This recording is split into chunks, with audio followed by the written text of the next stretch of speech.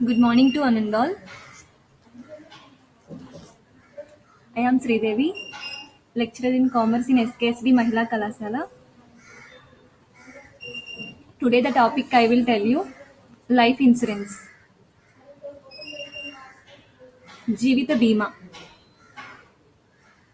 ఈరోజు మనం జీవిత బీమా గురించి చెప్పుకుంటున్నాం.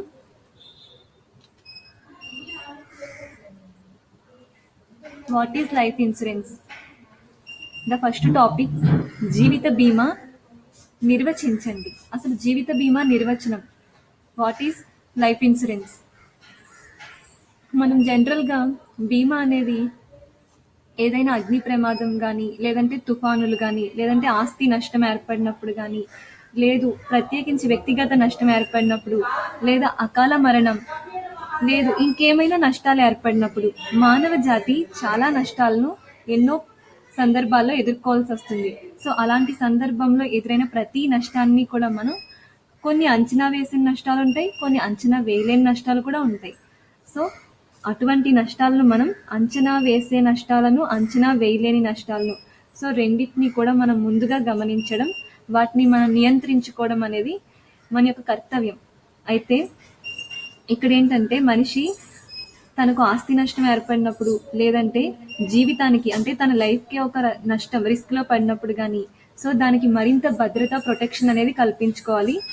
అలాంటప్పుడు బీమా అనేది ఒక ప్రొటెక్షన్ అనేది బీమా కంపెనీ నుండి మనకి అందివ్వడం జరుగుతుంది. సో బీమా అలాంటి భద్రతను అందివ్వడంలో ముందుకు వస్తుంది.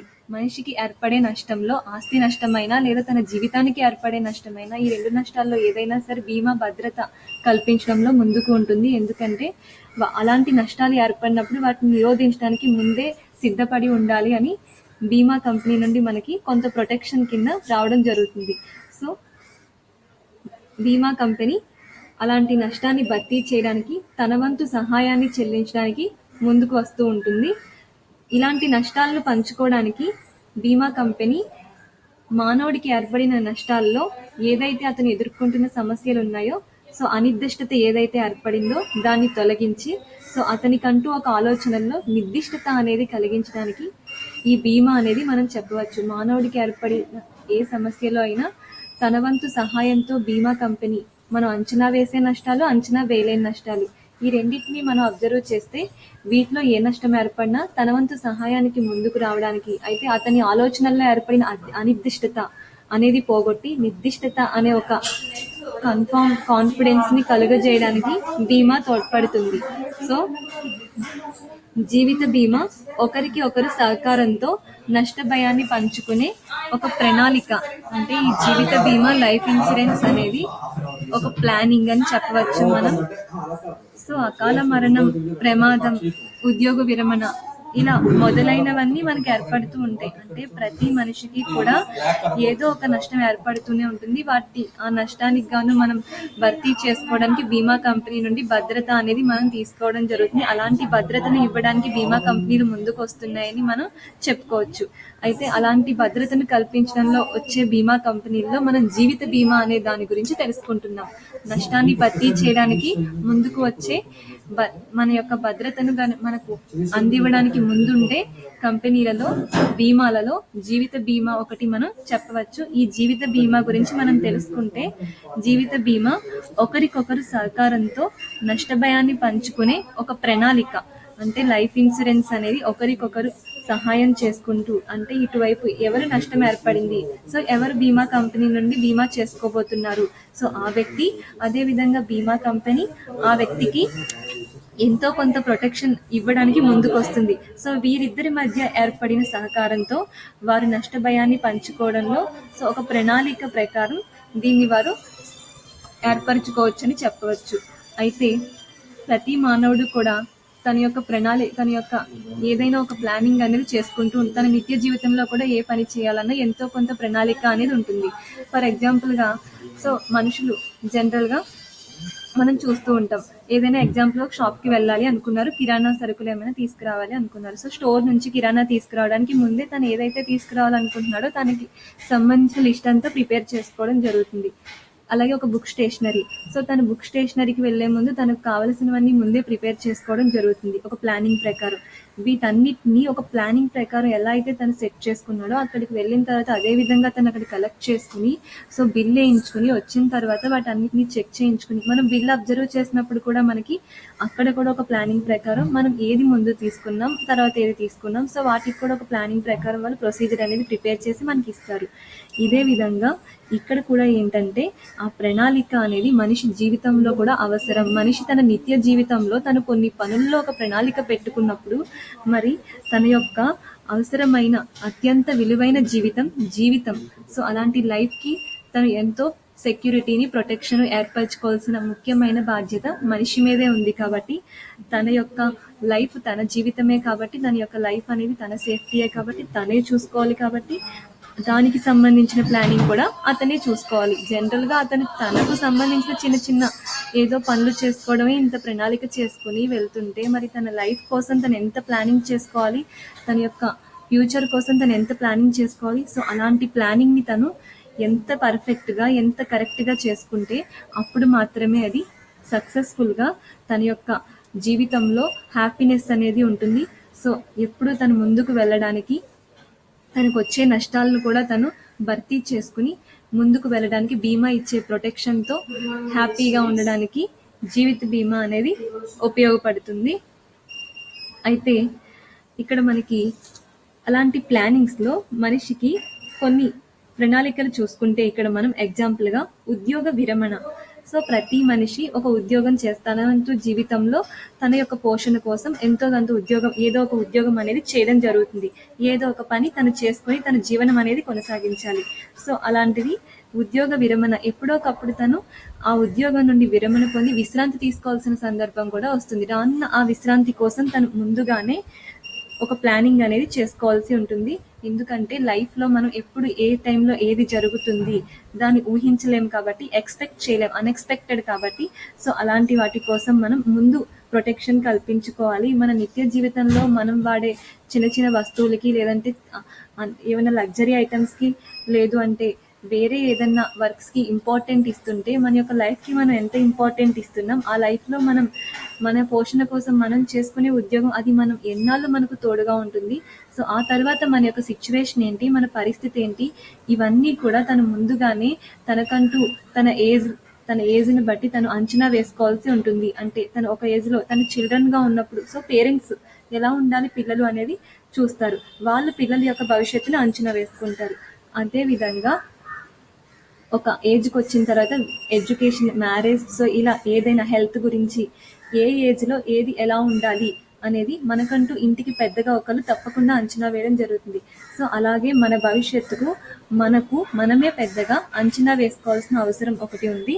సో అది జీవిత బీమాలో మనకి ఖచ్చితంగా చెప్పడం జరుగుతుంది. అందుకని ఉద్యోగ విరమణ గురించి, అదేవిధంగా తన ఉద్యోగ విరమణ తర్వాత భవిష్యత్తులో తన మీద ఆధారపడిన వాళ్ళందరికీ తను ఏ విధమైన ప్రొటెక్షన్ ఇవ్వాలనుకుంటున్నాడు, ఇక్కడ ఎలాంటి ఆదాయం అనేది తను ఇస్తున్నాడు, అది ఏ విధంగా ముందే ఏర్పరచుకోవాలి. అందుకనే అది కూడా ఇక్కడ ఏంటంటే ఉద్యోగ విరమణకు కూడా లైఫ్ ఇన్సూరెన్స్లో మనకి ఒక ప్లానింగ్ అనేది ఉంది. అక్కడ కూడా మనం బీమాను చేసుకోవడం జరుగుతుంది. భవిష్యత్తులో దానికి కూడా సెక్యూరిటీ అనేది మనం ముందుగానే ప్లాన్ చేసుకోవచ్చు. అదేవిధంగా తాము ఆర్జించే కాలంలో పొదుపు చేసుకునే అవకాశాన్ని బీమా కల్పిస్తుంది. అంటే ఏదైతే తను ప్రస్తుతం తన యొక్క జీవితంలో తన యొక్క పోషణ కోసం ఎంత ఆదాయం అయితే సంపాదిస్తున్నాడో దానిని అతను పొదుపు చేసుకునే అవకాశం. పొదుపు అనే ఆలోచన మనకి ఎప్పుడైతే వస్తుందో ఆ పొదుపు ఎప్పటికైనా ఏ విషయంలో అయినా ఉపయోగపడడం కోసం బీమా ఒక ప్రొటెక్షన్గా ఉంటుంది. ఫర్ ఎగ్జాంపుల్గా ఇక్కడ ఒక చిన్న పిల్లాన్ని చూస్తే మనం చిన్నప్పుడు తను ఒక చిన్న బాక్స్లో కొంత ఆదాయాన్ని, ఇన్కమ్ని వాళ్ళ మదర్ రోజు కొంత ఇన్కమ్ అనేది ఇవ్వడం, ఒక 10 రూపాయలు ఇస్తారు స్కూల్కి వెళ్ళేటప్పుడు. అందులో అతను 2 రూపాయలు దాచుకుంటాడు. సో మిగతా 9 రూపాయలు తను ట్రావెలింగ్ అని అదర్ ఏమైనా ఎక్స్పెన్సెస్ అనేవి చేస్తాడు. ఆ చిన్న పిల్లాడు వాళ్ళ అమ్మ ప్రతిరోజు ఒక 10 రూపీస్ ఇస్తుంటే అందులో 2 రూపాయలు దాచుకుని 9 రూపాయలు తను 2 రూపాయలు దాచుకుని 9 రూపాయలు తను ఎక్స్పెన్స్ చేస్తున్నాడు. సో ఆ 9 రూపాయలు అతను ఎలా ఖర్చు పెడుతున్నాడు, సో ఈ 2 రూపాయలు ఎలా మిగుల్చుకున్నాడు. తన తల్లి ఒకరోజు ఆ ప్రశ్న వేస్తే ఈ ₹2 ఎప్పుడైనా ఏదైనా అనుకోని అవసరం వచ్చినప్పుడు ఏ విధంగానైనా ఈ ₹2 నాకు 200 అవ్వచ్చు. సో ఆ విధంగా అతను అక్కడి నుండి ప్లానింగ్ చేసుకుని అతనికి అత్యంత అవసరమైనప్పుడు తను మొత్తం అమౌంట్ని తీసుకోవడం జరుగుతుంది. ఈ విధంగానే మనం చూస్తే బీమాలో కూడా ఏంటంటే పొదుపు ఆర్జించే అవకాశం మనకి తను ఒక తల్లి పిల్లవాడికి ఎలా అయితే పొదుపు గురించి చెప్తుందో ఇక్కడ కూడా బీమా కంపెనీ తన యొక్క ఎవరైతే ఉన్నారో పాలసీదారులు వాళ్ళకు తన పిల్లల వలె వాళ్ళకు బీమాలో పొదుపు అనేది కూడా నేర్పిస్తుంది. సో అదే విధంగా ఒక డెఫినేషన్ చూస్తే మనం ఇక్కడ జీవిత బీమా సవరణ చట్టం 1950లో సెక్షన్ 2 ప్రకారం జీవిత బీమా ఒక వ్యాపారం వంటిది. 1950 సెక్షన్ 2లో మనకి బీమా ఒక వ్యాపారం అని చెప్పడం జరిగింది. ఎందుకంటే ఇది మానవ జీవితంపై చేసుకున్న ఒక కాంట్రాక్టు. ఒక వ్యక్తి వద్ద నుండి ప్రీమియం స్వీకరించి బదులుగా ఆ వ్యక్తి మరణించినప్పుడు గానీ లేదా నిర్ణీత కాలం పూర్తయినప్పుడు గానీ నిర్దిష్ట సొమ్మును చెల్లిస్తానని బీమా సంస్థ బీమాదారునితో చేసుకున్న ఒప్పందము. అయితే ఇది అకాల మరణం వలన మాత్రమే ఏర్పడుతుంది గానీ ఆ మరణం ప్రమాదం వలన జరిగి ఉండరాదు. జీవిత బీమా సవరణ చట్టం 1950 సెక్షన్ 2లో మనకి ప్రకారం బీమా అనేది ఒక వ్యాపారం అని తెలియజేస్తుంది. అయితే ఎందుకంటే ఇది మానవుడి యొక్క జీవితంపై చేసుకున్న ఒక కాంట్రాక్టు. ఒక వ్యక్తి వద్ద నుండి ప్రీమియం స్వీకరించి దానికి బదులుగా ఆ వ్యక్తి మరణించినప్పుడు గానీ లేదా అతని నిర్ణీత గడువు కాలం పూర్తయినప్పుడు గానీ బీమా సంస్థ అతని యొక్క నిర్దిష్ట సొమ్మును చెల్లిస్తానని ముందుగానే ఆ వ్యక్తితో చేసుకున్న ఒప్పందాన్ని మనం జీవిత బీమా అని అనుకుంటున్నాం. ఇది అకాల మరణం వలె ఉండవలను కానీ ఇది సాధారణ మరణమై ఉండరాదు. సో ఈ విధంగా ఈ డెఫినిషన్ మనకి తెలియజేస్తుంది. ఈ డెఫినిషన్ ప్రకారం ఏంటంటే 1950 యాక్ట్ ప్రకారం ఇది మానవుడికి సంబంధించిన బీమా అని తెలియజేస్తుంది.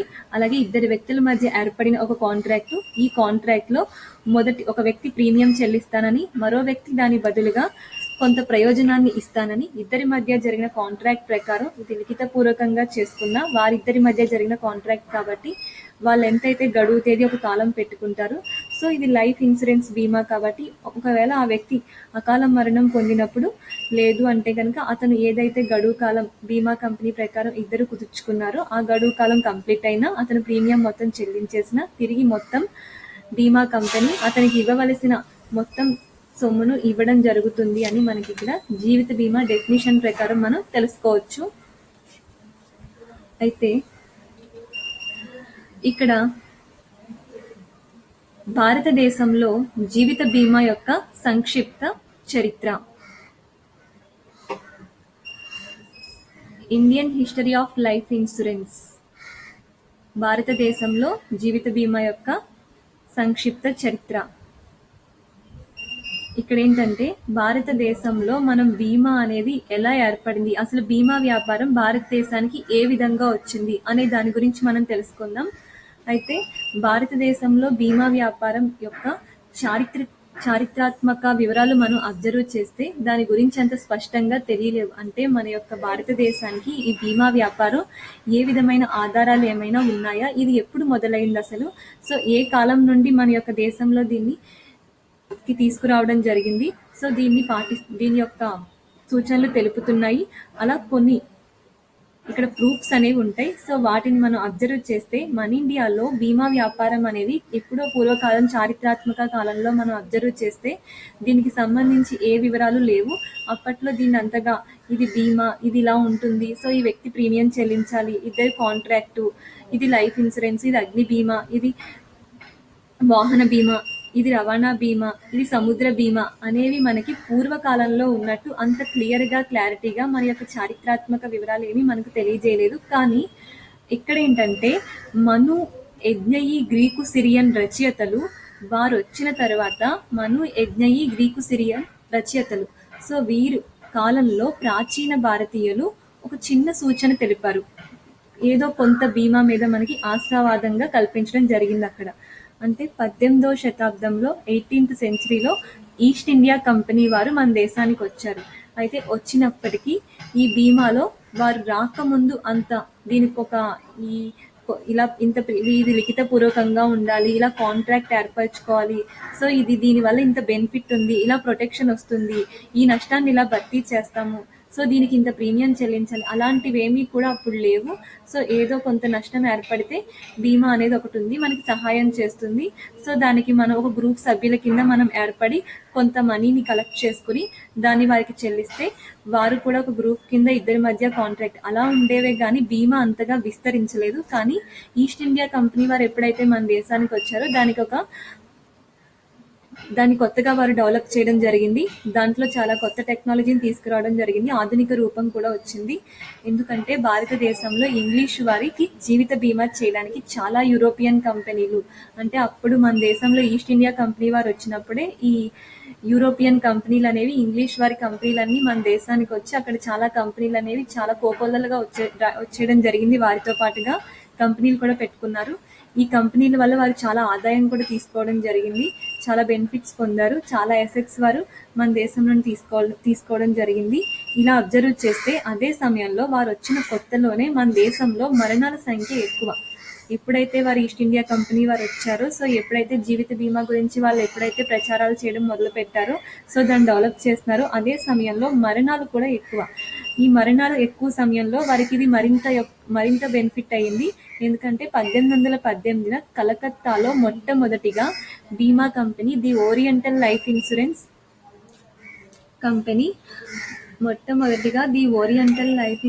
కంపెనీ ఐరోపా వారిచే స్థాపించబడింది.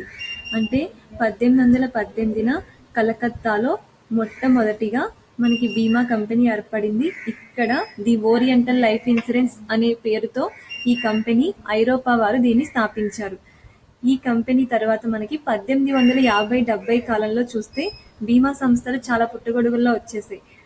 ఆ కంపెనీ రాగానే ఇంకా దాని మీద అప్పటికే వారు ఇంగ్లీష్ వారు దాన్ని డెవలప్ చేయడం, అప్పటికే మరణాల సంఖ్య ఒకటి ఎక్కువ అవడంతో సో దానికి వాళ్ళకి బెనిఫిట్ అవ్వడం, ఈ టైంలోనే మళ్ళీ ది ఓరియంటల్ లైఫ్ ఇన్సూరెన్స్ అనే కంపెనీని ఐరోపా వాళ్ళు పెట్టడం, ఇవన్నీ జరుగుతుండగానే ఈ 1850-70 కాలంలో ఏమైందంటే చాలా కంపెనీలు పుట్టగొడుగుల్లా సో ఎన్నో కంపెనీలు దేశంలో విస్తరించాయి. ఈ టైంలో ఇలా విస్తరించాయి కానీ అవి ఎక్కువ కాలం నిలవలేకపోయాయి. ఎందుకంటే బీమా సంస్థల్లో బ్రిటిష్ వారు చేసే అనైతిక కార్యకలాపాలు చర్యల వల్ల, వారి యొక్క కొన్ని మోసాల వల్ల ప్రభుత్వం 1870లో బీమా చట్టం తేవడం జరిగింది. సో వారి వల్ల జరిగే కొన్ని అనైతిక పనుల వల్ల నష్టాలు రావడం జరిగింది బీమా కంపెనీకి. సో ఈ బీమా కంపెనీ నష్టాల వల్ల ప్రజల్లో నమ్మకం పోయింది. ఎప్పుడైతే ప్రజల్లో నమ్మకం పోయిందో సంస్థ డెవలప్ అనేది ఆగిపోయింది. ఆ అభివృద్ధిని మళ్ళీ కొనసాగించడం కోసమని 1870లో చట్టం తేవడం జరిగింది, బీమా యాక్ట్.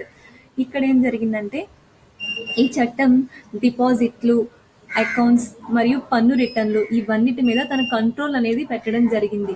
ఎప్పుడైతే 1870లో బ్రిటిష్ వారి యొక్క ఆగడాలను బీమా కంపెనీలో ఆపడానికి ఒక యాక్ట్ తీసుకొచ్చిందో ఆ యాక్ట్ ప్రకారం డిపాజిట్లు, అకౌంట్స్, పన్ను రిటర్న్స్, సో అలాంటి వాటి మీద కొంత కంట్రోల్ పెట్టింది, తన నిఘా ఉంచడం జరిగింది. అదే సమయంలో ఏం జరిగిందంటే Bombay mutual life insurance society మొట్టమొదటిగా ఏం చేసిందంటే భారత బీమా కంపెనీని ప్రారంభించింది. ఇది పరిమితమైన వ్యాపారం చేసింది, అంటే వీళ్ళ కార్యకలాపాలకు మాత్రమే, మరోవారు దీంట్లో జోక్యం చేసుకోకుండా ఎవరికి వారు ఇండివిజువల్గా సో భారత బీమా కంపెనీకి మాత్రమే పరిమితంగా ఉండేలాగా సో కంట్రోల్ పెట్టింది. ఈ విధంగా ఈ Bombay mutual life insurance company ఎప్పుడైతే భారతీయుల కంపెనీగా నిలబడిందో అప్పుడు 1874లో the oriental government security life insurance limited company ఒక ఏకస్వామ్య సంస్థగా ఏర్పడింది. మనం ముందు అనుకున్నాం the oriental life insurance company 1818లో ఏర్పడింది. అది ఏకస్వామ్య, ఆ యొక్క సంస్థ ఇండివిజువల్ యొక్క ఇన్స్టిట్యూషన్గా అది దాన్ని డెవలప్ చేసుకుంటుంది. అదేవిధంగా ఈ Bombay mutual life insurance Indian company కూడా దీన్ని వీరు డెవలప్ చేసుకుంటున్నారు. ఎవరికి వాళ్ళు డెవలప్ చేసుకుంటుండగా 19వ శతాబ్దంలో మొట్టమొదటిగా 2 దశాబ్దాల వరకు ప్రజల్లో జీవిత బీమా పాలసీలపై ఎలాంటి ఆసక్తి చూపలేదు. అంటే 1818లో మొదలైన బీమా కంపెనీ 50-70లో కొంచెం డెవలప్ అవడం, మళ్ళీ దాని యొక్క కొన్ని సమస్యల వల్ల తగ్గిపోవడం, మళ్ళీ 74లో మనకి 70లో యాక్ట్ రావడం, 74లో మన ఇండియన్ కంపెనీ జీవిత బీమా కంపెనీ ఏర్పడింది. ఇవన్నీ జరుగుతున్నప్పుడే ఎవరికి వారు ఇండివిజువల్గా ఈస్ట్ ఇండియా మనది మనం కింద డెవలప్ చేసుకుంటున్నాం కంపెనీలు. ఎందుకంటే అంతకుముందు వాళ్ళు పెట్టారు కాబట్టి ఇంగ్లీష్ వారు బీమా కంపెనీని. సో మన వాళ్ళందరూ అక్కడ ఉద్యోగాలు చేయడం, సో వాళ్ళు చెప్పినట్టు వినడం జరిగేది. సో ప్రజల్లో ఏంటంటే అదొక కొంత నమ్మకం, అదేవిధంగా వారు చేసే మోసాల వల్ల కొంత నమ్మకం పోయి దాని మీద వారు ఆసక్తి చూపడం మానేశారు. దానివల్ల నష్టాలు పెరిగిపోయాయి. ఇది అటు ఇటు కాకుండా మిగిలిపోయింది. సో దీనికోసమే యాక్ట్ తీసుకొచ్చారు. సో ఈ తర్వాత ఇదే అవకాశంగా తీసుకుని భారతీయులు కూడా జీవిత బీమా కంపెనీని ఏర్పాటు చేసుకున్నారు. దీన్ని బాంబే మ్యూచువల్ కంపెనీ అని మనం అంటున్నాం. 19th సెంచరీ అంటే మొదటి 2 దశాబ్దాల వరకు ప్రజల్లో వీటిపై ఎలాంటి ఆసక్తి లేదు. ఎందుకంటే ఏదైనా కొత్త ఒక సంస్థ ఏర్పడినప్పుడు సో ఏదైనా తీసుకుందాం, ఏదైనా మనం ఫర్ ఎగ్జాంపుల్గా మనం ఏదైనా కొత్త వస్తువులు కొనాలనుకున్నాం. సో లేదు అంటే ఏదైనా కొత్త ఉద్యోగంలో చేరాలి అని అనుకున్నాం.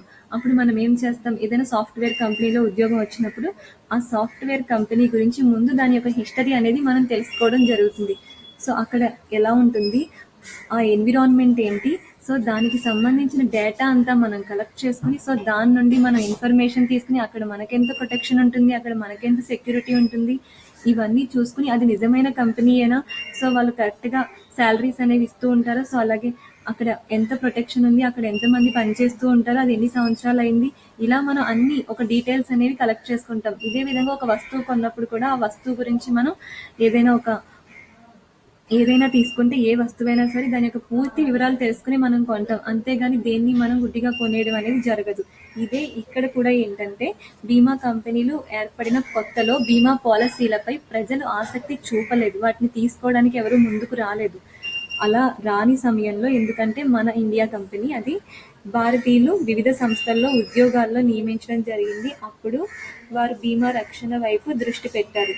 ఎప్పుడైతే భారతీయులను ఉద్యోగాల్లో నియమించారో, అంటే ఇది వరకు మన భారతీయులందరూ బ్రిటిష్ వారి కంపెనీల్లో బీమా కంపెనీ గురించి వారికి అంత ఆసక్తి లేదు, అక్కడ ఉద్యోగాల్లో కూడా నియామకం చేయలేదు. కానీ తర్వాత కొన్ని పరిస్థితుల కారణంగా భారతీయులను కూడా తప్పనిసరి బ్రిటిష్ వారి కంపెనీలో అవనివ్వండి లేదా మన ఇండియా కంపెనీలో అవనివ్వండి ఉద్యోగాల్లో నియమించారు. ఇది జరుగుతున్నప్పుడు వారికి అప్పుడు అర్థమైంది, బీమా అనేది మనకు ఒక రక్షణ కల్పిస్తుంది. ఎందుకంటే మన దేశాన్ని బ్రిటిష్ వారి పరిపాలనా కాలంలో వచ్చింది కాబట్టి వారు ఏర్పాటు చేసిన విధానాన్ని మనం గుర్తించలేదు. తర్వాత మనం కూడా కొంత నాలెడ్జ్ అనేది పెంచుకున్న తర్వాత మన దేశం యొక్క ప్రజల్లో నాలెడ్జ్ వచ్చిన తర్వాత అప్పుడు వారు ఏం చేశారంటే వాళ్ళని కూడా ఉద్యోగాల్లో నియమించిన తర్వాత బీమా అనేది దీనివల్ల ఇంత లాభం ఉంది, దీనివల్ల ఇంత ప్రొటెక్షన్ ఉంటుంది అని వాళ్ళు తెలుసుకున్న తర్వాత అప్పుడు వారు స్వతంత్రంగా వారంతట వారు బీమా అనేది మనకి ఒక రక్షణ కల్పిస్తుంది. దానివల్ల మన నష్టాలను భర్తీ చేసుకోవచ్చు.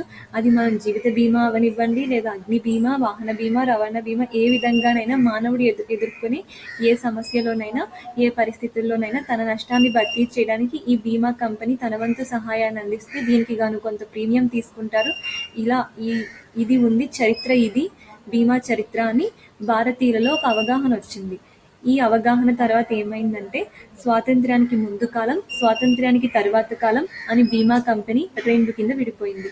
అంటే ఇక్కడ స్వాతంత్ర్యానికి ముందు కాలం బీమా యొక్క చరిత్ర ఎలా ఉంది, స్వాతంత్ర్యానికి తర్వాత కాలం బీమా యొక్క చరిత్ర ఎలా ఉంది మనం చూస్తే, స్వాతంత్ర్యానికి ముందు కాలంలో ఏమైందంటే భారతదేశంలో ఆధునిక జీవిత బీమా వ్యాపారం 19th సెంచరీ 19వ శతాబ్దంలో ప్రారంభమైంది. అదే సమయంలో స్వాతంత్ర్యానికి ముందు చాలా బీమా సంస్థలు కొత్తగా వచ్చాయని మనం ముందుగానే అనుకున్నాం. వారు మొదలుపెట్టినప్పుడే చాలా కంపెనీలు వచ్చేసాయి, కానీ అవి డెవలప్ అవ్వలేదు. 1919 to 1932 సో ఆ టైంలో ఏం జరిగిందంటే భారతదేశంలో ఆర్థిక వ్యవస్థ దెబ్బతింది. 1919 to 1932లో ఆ టైంలో భారతదేశంలో ఆర్థిక వ్యవస్థ దెబ్బతిన్నది. సో అప్పుడే మనకి 2వ ప్రపంచ యుద్ధం రావడం, ఆ 2వ ప్రపంచ యుద్ధం కారణంగా మనం తీవ్ర ఆస్తి నష్టం, ప్రాణ నష్టం, ఇలా ఎన్నో నష్టాలను ఎదుర్కోవాల్సి వచ్చింది. అందువల్ల ఈ టైంలో ఏంటంటే బీమా కంపెనీలు ఏర్పడినా కూడా సో ప్రజల్లో ఓన్లీ ధనవంతులు మాత్రమే దీనివైపు ఆసక్తి చూపేవారు. ఎందుకంటే మధ్యతరగతి పేద ప్రజలకు వారి ఆదాయం ప్రకారం వారి జీవనమే కష్టమైంది. అందుకని వారు ఇటువంటి అదర్ యాక్టివిటీస్ ఇలాంటి వాటికి కూడా వాళ్ళు ఇంట్రెస్ట్ చూపాలంటే వాళ్ళ యొక్క ఫ్యామిలీని రన్ చేసుకోవడానికి వాళ్ళకి కష్టం, వాళ్ళ కుటుంబ జీవనమే వాళ్ళకి భారంగా మారింది.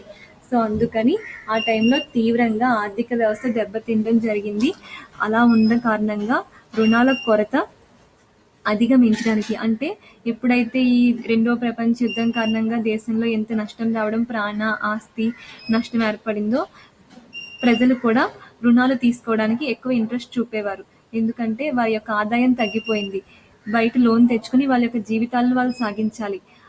అక్కడ వాళ్ళు కొంచెం అది జీవిత బీమా కంపెనీకి అదొక పాయింట్ అయింది. ఎందుకంటే వారు ఎప్పుడే ఒక పక్కన కంపెనీ నష్టపోతుంది, ఇంకో పక్కన ప్రజలు కూడా నష్టాల్లో ఉన్నారు. సో ఈ రెండిటికి ఏంటంటే ఇక్కడ రుణాలు రుణాలు తీసుకోవడం అనేది వారికి తెలిసింది. ఈ రుణాలను మన యొక్క బీమా కంపెనీ అభివృద్ధికి ఏ విధంగా మార్చుకోవాలి అని బీమా కంపెనీ ఆలోచన. 1919లో పారిశ్రామిక దిగ్గజాలైన పెద్ద పెద్ద కంపెనీలు ఏం చేశాయంటే టాటా, సో ఇలాంటి కంపెనీలు the new India, the Jupiter general, so Tata, new India, Jupiter general, so ఇలాంటి పెద్ద పెద్ద కంపెనీలు కొన్ని రావడం జరిగింది. ఈ కంపెనీలు ఏం చేశాయంటే సాధారణ జీవిత బీమా చేయడానికి ముందుకు వచ్చాయి మొదటగా. దానికోసమని టాటా కంపెనీ వారు ద న్యూ ఇండియా సంస్థను స్థాపించారు. అదేవిధంగా అదే టైంలో లాల్జీ అండ్ మన్సూబేదార్లచే 1919లో ద జుపిటర్ జనరల్ అనే సంస్థ కూడా, టాటా వాళ్ళు న్యూ ఇండియా, వీళ్ళేమో లాల్జీ వాళ్ళు ద జుపిటర్ జనరల్, ఇలా 2 సంస్థలు ప్రవేశపెట్టారు. అదే కాకుండా ఇంకా మనకు అనేక సంస్థలు రావడం జరిగింది. వచ్చినా కూడా ఏమైందంటే అవి మూతపడడం జరిగింది. అలాంటి కొత్త కంపెనీలన్నీ కొంతకాలమే నిలబడ్డాయి. వెంటనే అవి మళ్ళీ వాటి డెవలప్ అనేది ఎంతో కాలం లేదు. ఈ బీమా యాక్ట్ 1938 ద్వారా బీమా వ్యాపారంలో కొంత కంట్రోల్ ఉంది అని మనం అనుకున్నాం. సో బీమా వ్యాపారం మీద ఎంతైనా కంట్రోల్ ఉండాలి. ఎందుకంటే అనైతిక కార్యకలాపాలు, మోసాలు, ప్రజల్లో బీమాపై ఆసక్తి రావాలని, సో దానికోసమని ప్రత్యేకంగా ఒక యాక్ట్ తీసుకొచ్చారు. అదేవిధంగా ప్రజలు ఏర్పడుతున్న నష్టాలు భర్తీ చేయడానికి, ప్రజల్లో తగ్గిన ఆదాయ వనరులకు గాను, సో వారు పోగొట్టుకున్న రక్షణకు గాను, సో వారికి మళ్ళీ రక్షణ ఇవ్వడానికి గాను, అదేవిధంగా వారికి అవసరమైన రుణాలను తీర్చడం కోసం గాను, ఈ విధంగా 1938 యాక్ట్ అనేది ఉంటే గనక సో ఇటు ప్రజలకు, అటు ప్రభుత్వానికి, ఇటు బీమా కంపెనీలకు రెండిటికి ఎంతో కొంత అభివృద్ధి ఉంటుందని ఆలోచనతో ఏం చేశారంటే 1939-47 కాలంలో స్పెక్యులేషన్, ద్రవ్యోల్బణం, ఆర్థిక కార్యకలాపాలు వంటి కొన్ని దుష్పరిమాణాలు, అంటే ఈ టైంలో అన్ని రకాలుగా దేశాన్ని అభివృద్ధి చేయడానికి, సో అన్ని రంగాల్లో కొత్తదనాన్ని తీసుకురావడం కోసం ఆలోచన చేసే సమయంలో బీమా యాక్ట్ వచ్చింది. ఇదే సమయంలో అసలు ఎక్కడ మోసాలు జరుగుతున్నాయి, ఏ రంగాల్లో ప్రజలు నష్టపోతున్నారు, సో ఏ రంగంలో మనకి ఆస్తి నష్టాలు కానీ లేదంటే మన సంస్థలు నష్టపోవడానికి కారణం అవుతుంది అని ప్రభుత్వం దృష్టి పెడితే, ఆ దృష్టిని మనం ఇక్కడ అబ్జర్వ్ చేస్తే ఏమైందంటే 1939-47 టైంలో, 1939-47 టైంలో ఏం జరిగిందంటే స్పెక్యులేషన్, సో అలాగే ద్రవ్యోల్బణం, ఆర్థిక అక్రమాలు, ఆర్థిక కార్యకలాపాల్లో మోసాలు జరగడం, స్పెక్యులేషన్, షేర్స్ అమ్మడంలో కానీ కొనడంలో కానీ, ఆ షేర్ వాల్యూలో కానీ ఇలాంటి వాటిలో కొన్ని మోసాలు జరగడం, ధరలు పెరిగిపోవడం, అత్యంతంగా లేదంటే ధరలు తగ్గిపోవడం, సో ఈ విధంగా ప్రతి దాంట్లోనూ నష్టం రావడంతో ఇవన్నీ మానవుడి యొక్క నిత్య జీవితంపై పడింది. తన కనీస అవసరాలను కూడా తీసుకోలేని పరిస్థితిలో పేద, దిగువ రేఖ మధ్య ఉన్న ప్రజలు ఇబ్బంది పడుతున్నారు. అదే సమయంలో మనకి జరుగుతున్నది రెండో ప్రపంచ యుద్ధం తర్వాత ప్రజలు నష్టపోయారు, ఎంతోమంది ప్రాణ నష్టం, చనిపోయారు, ఎంతోమంది ఆస్తులు పోయాయి. సో ఇలాంటి సమయంలో మళ్ళీ ఈ కొత్త దుష్పరిణామాల వల్ల మరింతగా సమాజం అనేది, ఈ ప్రభుత్వం డెవలప్ చేయాలి, సొసైటీలో కొత్తదనాన్ని తీసుకురావాలి, సో ప్రజల్లో ఒక ఆలోచన నింపాలని 1941-45లో 25 కొత్త కంపెనీలను తాను ముందుకొచ్చి ప్రారంభించడం జరిగింది. దాని ఫలితంగానే బీమా సంస్థల మధ్య తీవ్ర పోటీ ఏర్పడింది. ఈ విధంగా 1941-45లో 25 కొత్త కంపెనీలు ప్రభుత్వం ప్రారంభించింది. అదే సమయంలో దాని ప్రకారమే మనకి చాలా పెద్ద పెద్ద బీమా సంస్థలు ఏర్పడడం జరిగింది. సో వీటన్నిటి మధ్య కాంపిటీషన్ లెవెల్స్ అనేవి పెరిగిపోయి మార్కెట్లో మళ్ళీ చూస్తే కొత్త ఆర్థిక వ్యవస్థను రూపొందించుకోవడానికి మరికొత్త మనకి అవకాశం అనేది రావడం జరిగింది. ఈ అవకాశంలో మనం ఇక్కడ అబ్జర్వ్ చేస్తే స్వాతంత్రానికి ముందు కాలం అంతా దేశం యొక్క బీమా కంపెనీల పరిస్థితి, బీమా యొక్క చరిత్ర ఈ విధంగా ఉంటే, మరి స్వాతంత్ర్యం తర్వాత కాలం, ఆ తర్వాత 1941-45 తర్వాత స్వాతంత్రానికి తర్వాత కాలం ఏ విధంగా ఉండేది బీమా కంపెనీ చరిత్ర. భారత స్వాతంత్రం తర్వాత మన దేశం యొక్క ఆర్థిక స్థితి క్షీణించింది. ఎందుకంటే దానికి ముందు మనం ఎన్నో యుద్ధాలు, సో రెండో ప్రపంచ యుద్ధం, అలాగే ఇంకా మనం స్వాతంత్ర పోరాటం, ఇలా ఎన్నో యుద్ధాలు చేసిన తర్వాత దేశానికి స్వాతంత్రం తీసుకురావడం జరిగింది. దేశానికి వచ్చిన స్వాతంత్రంలో ఇవన్నీ జరిగాక మనం ముందే అనుకున్నాం అక్కడ ఎంత నష్టపోయామో ఆ నష్టాన్ని భర్తీ చేసుకోవాలని ప్రభుత్వం యొక్క ప్రణాళికలు ఉన్నాయి. ఆ ప్రణాళికల్లో భారత స్వాతంత్రం తర్వాత ఆర్థిక స్థితిని ముందు దృష్టి పెట్టారు. ఎందుకంటే ఆర్థిక స్థితి డెవలప్ అవడానికి కోసం స్వాతంత్ర్య వచ్చిన తర్వాత బీమా సంస్థలు మరింతగా విస్తరిస్తే, ప్రజల్లో దానికి అవగాహన కల్పిస్తే, ఆల్రెడీ ముందు అవగాహన వచ్చింది కాబట్టి ఇప్పుడు కొత్తగా మనం ఎక్కువ కష్టపడిన అవసరం లేదు. దీనివల్ల ఏంటంటే అటు ఆర్థిక వ్యవస్థ అభివృద్ధి చెందుతుంది, ఇటు ప్రజలకు ప్రాణ నష్టం అనే ఒక దాని నుండి వాళ్ళకి సెక్యూరిటీ అనేది ఇవ్వచ్చు. సో వాళ్ళ కుటుంబానికి ఒక రక్షణగా ఉండొచ్చు. సో ఇదే విధంగా ప్రజల్లో నూతన చైతన్యాన్ని తీసుకురావచ్చు. ఇవన్నీ దృష్టి పెట్టుకుని ఏం జరిగిందంటే బీమా సంస్థలు అక్రమ విధానాలు అనుసరించడం వలన మనకి చాలా కంపెనీలు స్వాతంత్రం తర్వాత ఏర్పడిన మళ్ళీ అక్రమ విధానాలు అనేవి బీమా సంస్థలు ఎప్పట్లాగే మనం స్వాతంత్రానికి ముందు అనుకున్నాం బీమా సంస్థలు అనైతిక కార్యకలాపాల వల్ల ప్రజల్లో ఇంట్రెస్ట్ పోయిందని. సో మళ్ళీ అదే జరిగింది, మళ్ళీ దివాలా తీయడం జరిగింది, కంపెనీలు అన్ని క్లోజ్ చేసేశారు. 1947 to 50 1947 to 50 ఈ కాలంలో బీమా వ్యాపారం కొంతవరకు అభివృద్ధి చెందింది. అయితే ఏమైందంటే మళ్ళీ దాని కొత్త సంస్థలు అయితే ఏమీ రాలేదు, ఉన్న సంస్థలే అభివృద్ధి కనిపించింది. 1952 to 55 మధ్య కాలంలో భారత ప్రభుత్వ బీమా పరిశ్రమ అభివృద్ధి నిర్మాణ చర్యలు తీసుకుంది. మనం అనుకున్నాం ప్రభుత్వం నూతన ప్రణాళికలు చేపడుతుంది ఆర్థిక వ్యవస్థను డెవలప్ చేయడానికి అని ముందు అదే విధంగా ప్రవేశపెట్టింది. పరిశ్రమలు అంటే ఇప్పటి వరకు బీమా సంస్థలు బీమా కంపెనీలు కొన్ని కార్యకలాపాలు మాత్రమే చేశాయి. సో తర్వాత ఏంటంటే మరింతగా ఇంకా అన్ని రంగాల్లోనూ బీమాని మనం ఇక్కడ ఇంక్లూడ్ చేస్తే, సో అన్ని రంగాలకు దాన్ని మనం అభివృద్ధి చేయగలిగితే, ప్రతి రంగంలోనూ బీమాను అభివృద్ధి చేయగలిగితే, సో ప్రతి ఒక్కరిలోనూ చైతన్యం, అలాగే ఏ నష్టాన్నైనా తట్టుకునే శక్తి, సో ప్రజల్లో కొత్త నూతన చైతన్యాన్ని తీసుకురావడానికి ఇక్కడ ఒక అవకాశంగా ఉంటుందని మనకి ఇక్కడ ప్రభుత్వం ఏం చేసిందంటే బీమా పరిశ్రమల్లో కూడా బీమా కంపెనీల కోసం అభివృద్ధి మీద ఒక కాన్సన్ట్రేషన్ డెవలప్ చేయడానికి ప్లానింగ్ అనేది తీసుకోవడం జరిగింది. ఆ ప్రణాళికల ప్రకారం 1954లో సిబ్బంది మరియు గ్రూప్ జీవిత బీమా పథకాలు ప్రవేశపెట్టారు. మొట్టమొదటగా ఏదైతే అనుకుందో పరిశ్రమల్లో అభివృద్ధి చేయాలి బీమాని కూడా అని, దానికోసమని 1954లో ముందుగా ఉద్యోగస్తులు సిబ్బంది పనిచేసే వారి మధ్య ఏం చేసిందంటే ఏదో చిన్న చిన్న గ్రూప్ జీవిత బీమా పథకాలు పెడితే దానిలో మనం ఏదన్నా కొంచెం అభివృద్ధి చెందితే తర్వాత పెద్దవి చూద్దామని అక్కడ మొదలుపెట్టింది. ఇలా చూస్తే గ్రామీణ ప్రాంతాలకు జీవిత బీమాను ఎలా అందజేయాలి అనే దాని మీద కూడా దృష్టి పెట్టింది.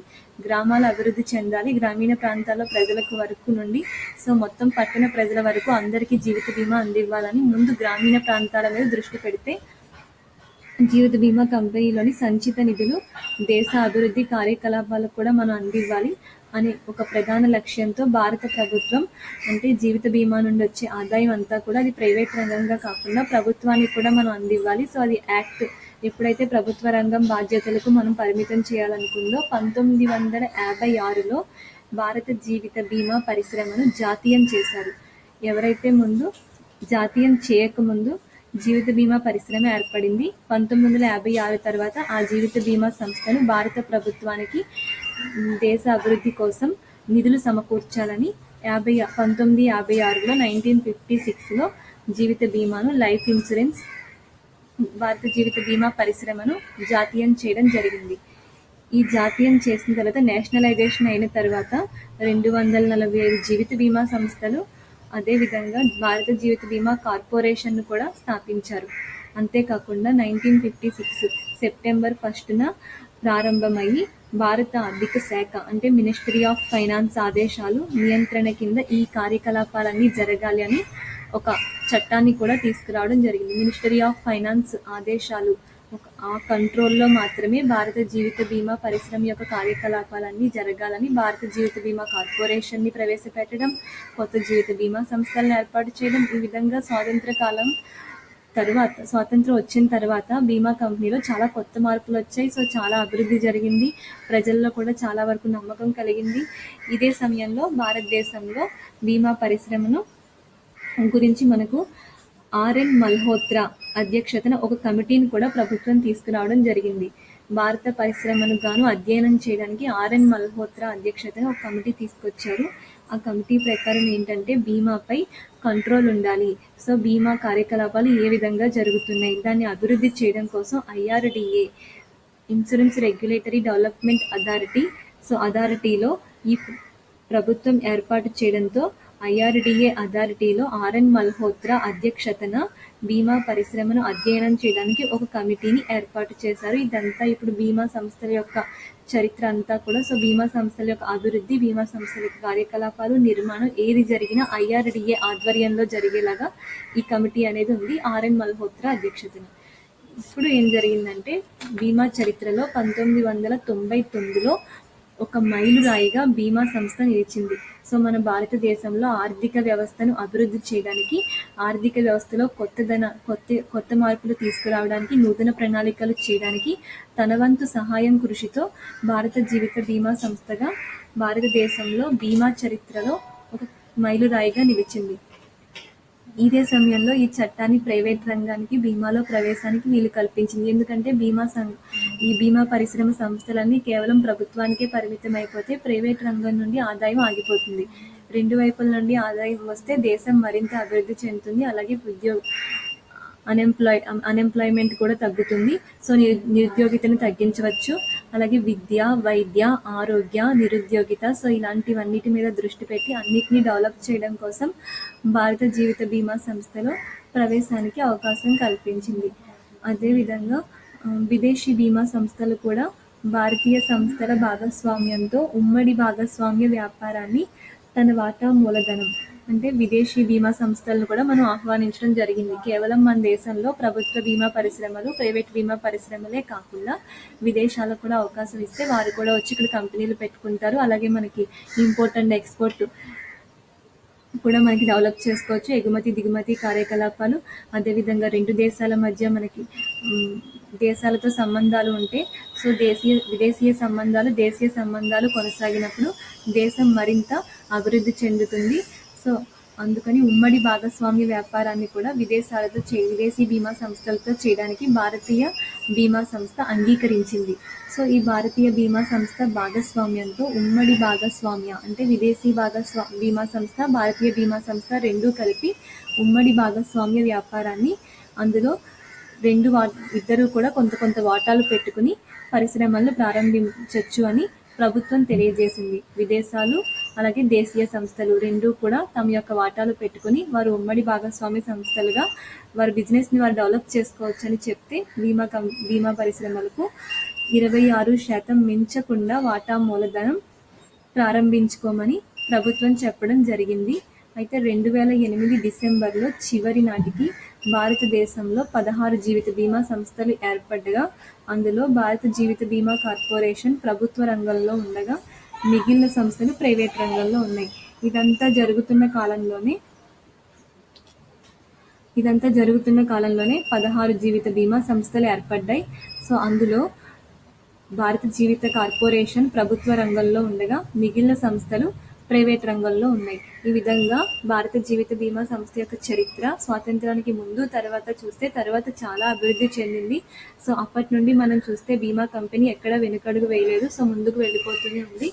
ఈ విధంగా ఏంటంటే ప్రజలకు ప్రాణ రక్షణ, అలాగే ఆస్తి రక్షణ, అదేవిధంగా తమ జీవితాల్లో ఏ విధమైన రక్షణ కూడా ఇతర బీమాలకు కూడా చేస్తూ, ఇతర సౌకర్యాలను కల్పిస్తూ, ఏ విధమైన సమస్యలు ఏర్పడినా తన వంతు సహాయాన్ని ఇద్దరి మధ్య ఏర్పడిన అగ్రిమెంట్ ప్రకారం ఒకరు ప్రీమియం చెల్లిస్తే మరొకరు దానికి గాను కొంత ఫలితంగా ఎంతైతే సొమ్మును ఇవ్వాలో మొత్తం కాంట్రాక్ట్ అగ్రిమెంట్ గడువు తేదీ పూర్తయిన తర్వాత ఆ సొమ్మును తిరిగి చెల్లిస్తుంది. లేదు అంటే గనక ఇది లైఫ్ ఇన్సూరెన్స్ జీవిత బీమా కాబట్టి జీవితానికి చేసుకున్నప్పుడు అకాల మరణం పొందినప్పుడు మొత్తం తను ఎంతైతే అగ్రిమెంట్ ప్రకారం ఇవ్వాలో బీమా కంపెనీ పాలసీదారుడికి ఇవ్వడం జరుగుతుంది. ఇదే విధంగా దేశంలో పూర్వకాలం నుండి మనకి బీమా అనేది ఇప్పుడు వచ్చింది కాదు, ఎప్పుడో పూర్వకాలం నుండి ఉన్నదే. అప్పటి నుండి మనం బీమా గురించి తెలుసుకుంటూనే ఉన్నాం. అయితే దానికి కొత్త మార్పులు, ఆధునిక మార్పులు, అదేవిధంగా ఎన్నో ప్రణాళికలు ఇవన్నీ తీసుకొచ్చింది స్వాతంత్రం తర్వాత జరిగింది. అభివృద్ధి చెందింది స్వాతంత్రం తర్వాతే. ముందు కొంతవరకు మాత్రమే ప్రజల్లో అవగాహన లేకపోయినా దాన్ని పెడితే ఈ విధంగా ఉండొచ్చు అని ఒక అంచనా కోసం పెట్టారు. ఆ తర్వాత ఈస్ట్ ఇండియా కంపెనీ, ఆ తర్వాత మన దేశం, ఈ విధంగా అలా అలా ఎన్నో. అదేవిధంగా మధ్యలో రెండో ప్రపంచ యుద్ధం, అదేవిధంగా స్వాతంత్రం తర్వాత అంటే స్వాతంత్ర పోరాటాలు ఇవన్నీ జరుగుతూ ఉండగా ఈ చివరికి మొత్తం మీద స్వాతంత్రం తర్వాత 1956, అదేవిధంగా 1999 అప్పటికి బీమా సంస్థలో ఒక అభివృద్ధి అనేది కనిపించడం జరిగింది.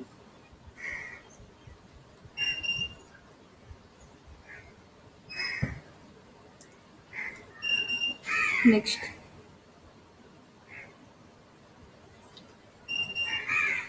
జీవిత బీమా యొక్క లక్షణాలు. అంటే జీవిత బీమా యొక్క లక్షణాలు ఏ విధంగా ఉన్నాయి అంటే ఇక్కడ ఏంటంటే ప్రతి ఏదైనా సరే మనం ఏంటంటే జీవిత బీమాలో తను అనుసరించే కొన్ని మార్గాలను మనం ఇక్కడ గమనిస్తే బీమా ఏ విధంగా అభివృద్ధి చెందింది, అసలు బీమాలో ఏ విధమైన ప్రణాళికలను రూపొందించారు, బీమా అంటే ఏంటి, బీమాను మనం ఎలా చేయాలి, బీమాకి సంబంధించిన కొన్ని మార్పులు చేర్పులు, సో అందులో ఏ అగ్రిమెంట్ అనుకున్నాం, కాంట్రాక్ట్, సో అగ్రిమెంట్కి సంబంధించి ఏ విధమైన విధానాన్ని అనుసరిస్తున్నారు, ఇవన్నీ కూడా మనకి లక్షణాల్లో తెలుస్తాయి. ద ఫస్ట్ వన్ జీవిత బీమా కాంట్రాక్ట్. మనం జీవిత బీమా ముందే అనుకున్నాం, బీమా అనేది మనకి ఒక రక్షణ కల్పిస్తుంది. ప్రతి మనిషికి కూడా తను ఎదుర్కొనే సమస్యల్లోనూ తన జీవితంలోనూ సో ఏదో కొంత రక్షణ ఇతరులపై ఆధారపడాల్సి ఉంటుంది. అలాంటి సందర్భాల్లో ఎవరిపైన ఆధారపడవలసిన అవసరం లేకుండా సో బీమా అనే రక్షణ ద్వారా తనంతట తాను తన అభివృద్ధిని చేసుకునేలాగా మనిషి తన జీవితాన్ని కానీ లేదంటే తన యొక్క ఇతర కార్యకలాపాల్లో కానీ ఏ విధమైన నష్టం వచ్చినా నేను ముందు ఉన్నాను అని చెప్పి నడిపించే ఒక తోడుగా బీమా అనేది ఉండడం జరుగుతుంది అని మనం అనుకుందాం. ఇప్పుడు ఏం జరిగిందంటే ఈ తోడు అనేది ఎలా ఉంటుంది, ఎందుకు తను రక్షణ కల్పిస్తుంది, అలా రక్షణ కల్పించడానికి కారణం ఏంటి, ఇక్కడ ఆ మనిషికి ఎందుకు అంత ప్రతిఫలాన్ని బీమా కంపెనీ అందిస్తుంది, బీమా ద్వారా తాను పొందే ప్రయోజనం వల్ల బీమా కంపెనీకి ఏ విధమైన ఆదాయం వస్తుంది అనేది కూడా ఇక్కడ తెలుస్తుంది. ఫస్ట్ ఇది ఒక బీమా కాంట్రాక్ట్.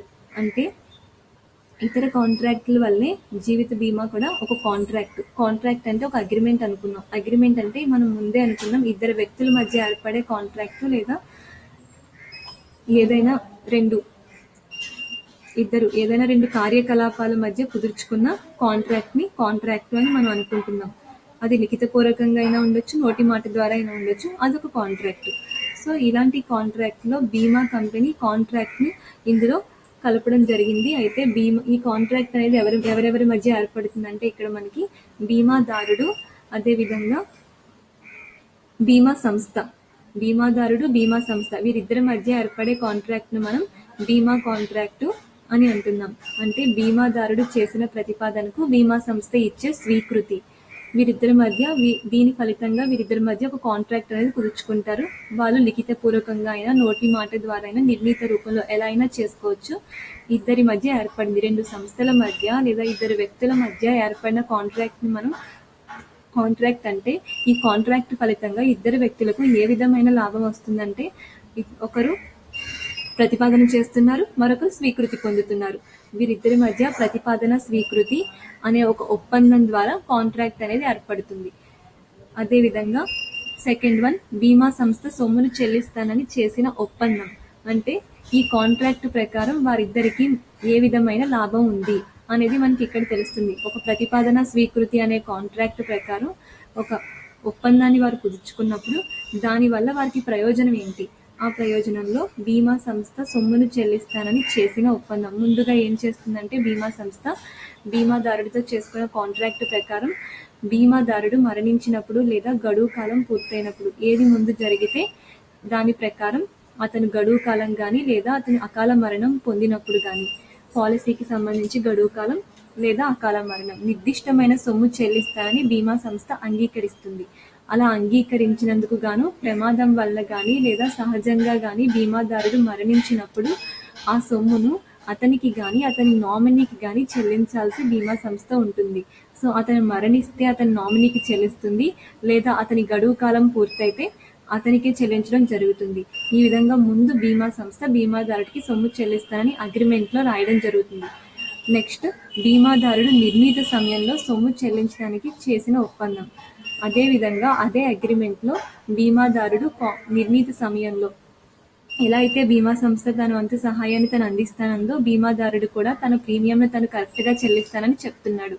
బీమా కాంట్రాక్ట్లో బీమాదారుడు నిర్ణీత సమయంలో ప్రీమియం చెల్లించవలసిన న్యాయమైన బాధ్యత ఉంది. సో ఇది లీగల్గా ప్రొసీజర్ కాబట్టి లీగల్గా ప్రొసీజర్ అయి ఉంటుంది. మొత్తం కూడా లీగల్ యాక్ట్ ప్రకారం నిర్ణీత సమయంలో అంటే అతని గడువు తేదీ వచ్చినప్పుడు అతను ఇవ్వాల్సిన సొమ్మును చెల్లించాలి. అదేవిధంగా అతడు ఒకవేళ మరణించిన లేదా గడువు తేదీ పూర్తయిపోయినా, అతని పాలసీ యొక్క గడువు తేదీ పూర్తయిపోయినా ఏది ముందొస్తే అది, అప్పటి వరకు అతను చెల్లించిన ప్రీమియంకు గాను బీమా కంపెనీ అతనికి ఎంత ఇవ్వాలో అంత ఇవ్వడం జరుగుతుంది.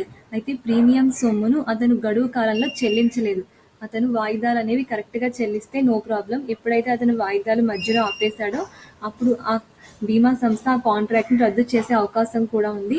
అదేవిధంగా అతను వాయిదాలన్నీ చెల్లించేశాడు, మొత్తం ఎంత ఇవ్వాలో బీమా సంస్థ ఇచ్చేస్తుంది. లేదు, అతను వాయిదాలన్నీ మధ్యలో ఆపేసినప్పుడు కాంట్రాక్ట్ రద్దు అయిపోతుంది. ఒకవేళ అతను మధ్యలోనే వాయిదాలు చెల్లిస్తున్న మధ్యలోనే మరణిస్తే అతనికి ఇవ్వాల్సిన మొత్తం కూడా బీమా సంస్థ ఇవ్వడం జరుగుతుంది. అది నామినీకి ఇవ్వడం జరుగుతుంది. ఈ విధంగా ఏంటంటే దీని ప్రకారం దీన్ని అనుసరించి బీమాదారుడు నేను నిర్ణీత సమయంలో నేను ఇవ్వవలసిన ప్రీమియంను చెల్లిస్తాను అని ఒప్పందం ప్రకారం అగ్రిమెంట్లో రాయడం జరుగుతుంది. అదేవిధంగా ఇది నష్టపూర్తి కాంట్రాక్ట్ కాదు. బీమా కాంట్రాక్ట్లు, జీవిత బీమా కాంట్రాక్ట్లు నష్టపూర్తి కాంట్రాక్ట్లు కావు. ఎందుకంటే మనకి ఏదైనా ఎగ్జాంపుల్గా మనకి ఏదైనా ఒక సమస్య వస్తే, నాకు ఈ సమస్య వచ్చింది, సో నేను దీన్ని ఫేస్ చేస్తున్నాను, ఈ ప్రాబ్లం వచ్చింది అని మనం నష్టాన్ని అంచనా వేస్తాం. ఇప్పుడు మనమే చూస్తే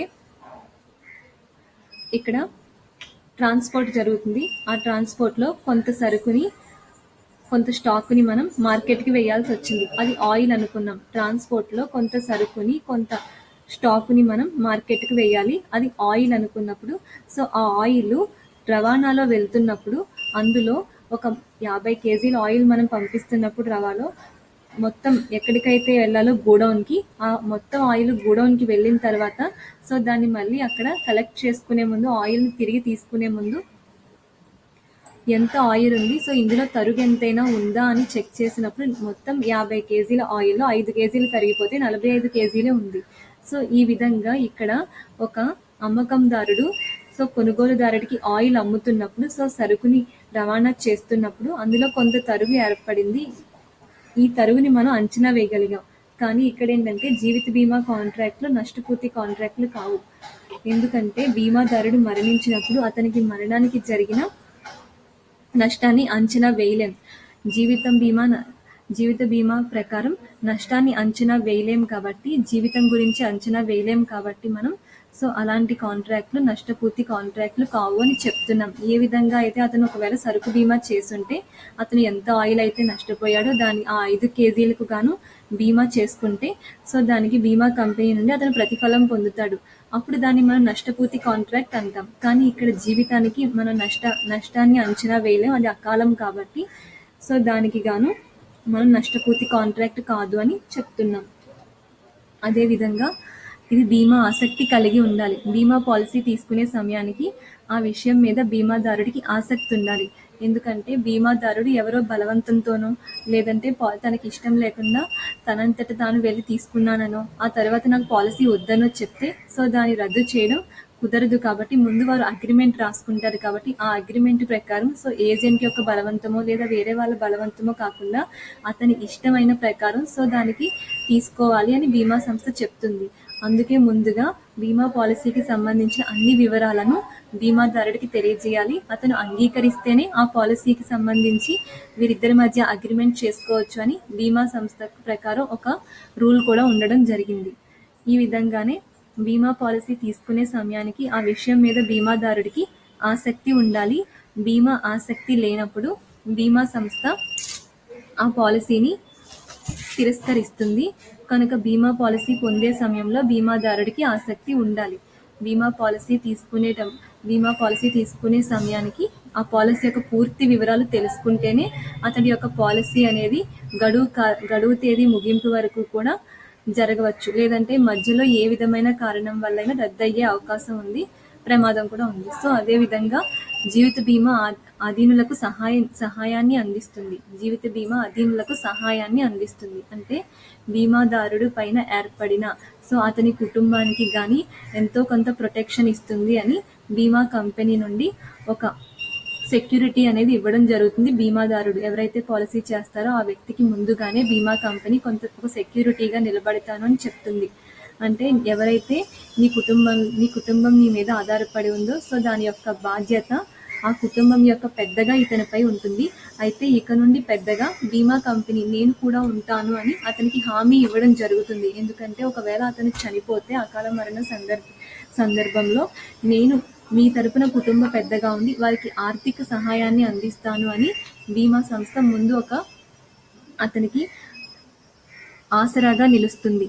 అదేవిధంగా పొదుపు ఇది ఒక సాధనం. ప్రజలు పొదుపు చేయడానికి మరియు పెట్టుబడులు పెట్టడానికి జీవిత బీమా ఒక మార్గంగా పనిచేస్తుంది. ఎప్పుడైనా సరే పొదుపు చేసుకుంటే భవిష్యత్తులో మనకుండే ఏ నష్టాన్నైనా అంచనా వేసుకోవచ్చు. విద్య, వైద్య, ఆరోగ్య, వివాహ ఈ విధంగా ఏ విధమైన విషయంలోనైనా మనిషి జీవితానికి డబ్బుతో ముడిపడి ఉంది కాబట్టి ఈ ధనార్జన కోసం ముందుగానే అతను పొదుపు అనేది నేర్చుకోవాలి. అలాంటి పొదుపు యొక్క ఆలోచనను ఒక తల్లి పిల్లవాడికి ఎలా నేర్పిస్తుందో అలాగే బీమా కంపెనీ కూడా ఒక తల్లి పిల్లవాడికి నేర్పించినట్టే ఇక్కడ నేను కూడా తల్లిలా నేర్పిస్తాను అని బీమా సంస్థ నేను ఒక మార్గంగా ఉంటాను అని చెప్తుంది. ఎందుకనగా ఇక్కడ ఏంటంటే పెట్టుబడిదారులు నిర్ణీత సమయంలో పొదుపు చేయడానికి ఇష్టంగా ముందుకు రారు. అలాంటప్పుడు వారిలో పెట్టుబడులపై ఎందుకంటే ఆ పెట్టుబడులు పెట్టిన తర్వాత ఏమైనా నష్టాలు వస్తే ఆ పెట్టుబడుల యొక్క మార్కెట్లో రేటు తగ్గిపోతే మొత్తం వ్యాపారం పడిపోతుందేమో అన్న భయం కూడా ఉంటుంది కనుక అందుకని అలాంటి భయాలు లేకుండా వాటికి కూడా ఆ నష్టాన్ని కూడా నేనే భరిస్తాను. నువ్వు పెట్టిన పెట్టుబడికి ఎంత నష్టం వచ్చినా దానికి బీమా చెయ్యి, ఆ నష్టాన్ని నేనే భరిస్తానని ముందుగా బీమా సంస్థ ఒక సెక్యూరిటీ ప్రొటెక్షన్ అనేది ఇవ్వడం జరుగుతుంది. అదేవిధంగా ఇది అనేక ఇతర నష్ట భయాలను కవర్ చేస్తుంది. అంటే జీవిత బీమా పాలసీ మరణం వలన నష్ట భయమే కాదు, పాక్షిక మనిషికి మరణం ఒక్కటే కాకుండా ఇతర అనారోగ్య సమస్యలను కూడా నేను అంచనా వేసుకుని దానికి కూడా నీకు ప్రొటెక్షన్ ఇస్తాను, సెక్యూరిటీ ఇస్తాను అని చెప్తుంది. అంటే సంపూర్ణ లేదా పాక్షిక అంగవైకల్యం, వైద్యము మరియు ఆరోగ్యము, ఉద్యోగ విరమణ మొదలగు చాలా నష్టాలను తగ్గించి వాటన్నిటికీ నేను మీకు భద్రత ఇస్తాను అని బీమా సంస్థ ముందుగానే పాలసీలో రాయడం జరుగుతుంది. వీటన్నిటిని బీమాదారుడు తెలుసుకుని బీమా యొక్క లక్షణాలను తెలుసుకున్న తర్వాత బీమా పాలసీ తీసుకోవాలి అని బీమా సంస్థ ముందుగానే తెలియజేస్తుంది.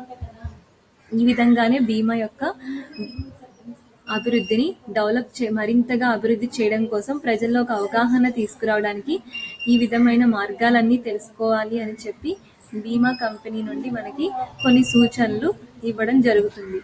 అదేవిధంగా బీమా